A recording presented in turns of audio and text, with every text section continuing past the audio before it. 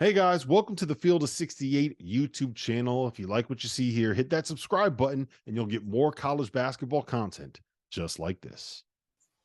Yeah, absolutely. All right, and then we move to the other side of the pendulum. I know you're not going to like this one, Matt, but it's on the block here. We got to do it.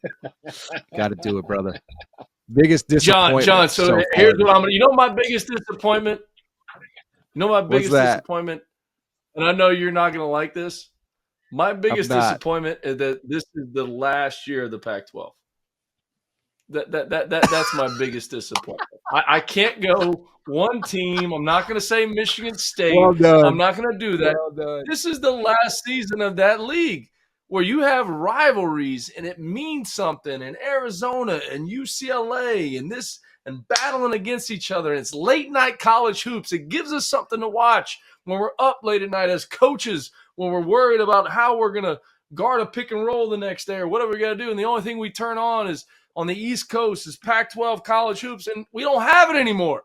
That's my biggest disappointment, that this is the last year of that. We don't get it anymore. We don't get those rivalries, and that's disappointing. So I'm not going to single out a single team. I'm not going to single out Louisville because I know that's what you want me to do. I'm not going to call out Michigan State and Tom Izzo because they're going to be in the NCAA tournament. So I'm not going to do that. I'm going to talk about my biggest disappointment is the Pac-12 is no longer, and I mean it, and I'm sticking with it.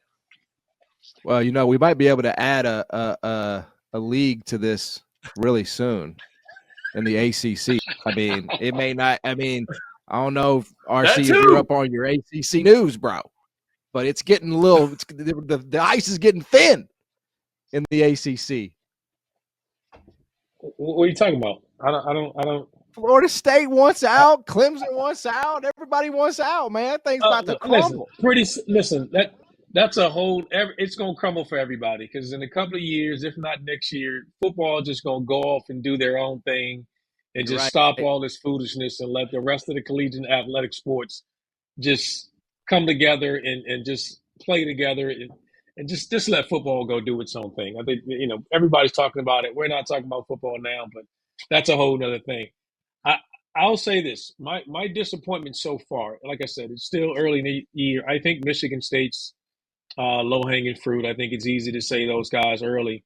I'm not quite as convinced that they'll make it, but I need to see more from them in the Big Ten and they get in the conference play to be convinced that they're going to make it. I just think the weight of the expectations are always tough. But we talked about a team to start tonight. I think that's been disappointing, and I think I think USC's been disappointing early this year. Excluding Bronny James, I thought this team would be a lot better than it's been so far. So disappointed in the start. Do I think they'll be better? They can figure some things out with him coming back and his minute restriction. And as Bronny gets better, I think they get better. But I'm still expecting more with the talent that team possessed early in the year. And I'd also throw Goodman's Final Four prediction in there. I thought St. Mary struggled early, to the season.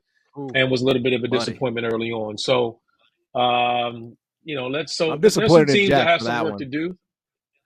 Yeah. That's the biggest disappointment. But Jeff could be on every disappointment. You can have his picture frame. He could be the poster child for disappointment. So John L. Davis said he's a good guy. John L. Davis said he's a good guy. Hey, he may be that. He took him and bought him dinner. Damn. Come on, Nelly. Nelly's like, oh, Goodman, you're a good guy, right? Yeah. You know what I'm disappointed in Goodman about when he did that interview was the shirt that he had on, man. The outfit that he had on. He had a nerve to wear T-shirt and shorts around these dudes. They all cut up and ripped in shape. Goodman comes out there with this flimsy ass T-shirt on, man. You can't go walking around looking for money. You can't go rent a house down in Charleston for however long he does and not own a polo that you can put on and walk around in South Florida. You got to put a collar was all ripped. Collar was like down here.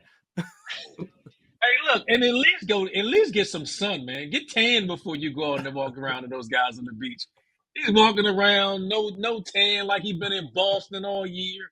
Like, come on, Jeff, do better. Do better. Did he have Tevas on? Did he have Tevas on? That's a Massachusetts thing. Did he have some Tevas on? I don't remember. I'm sure he did. Who knows?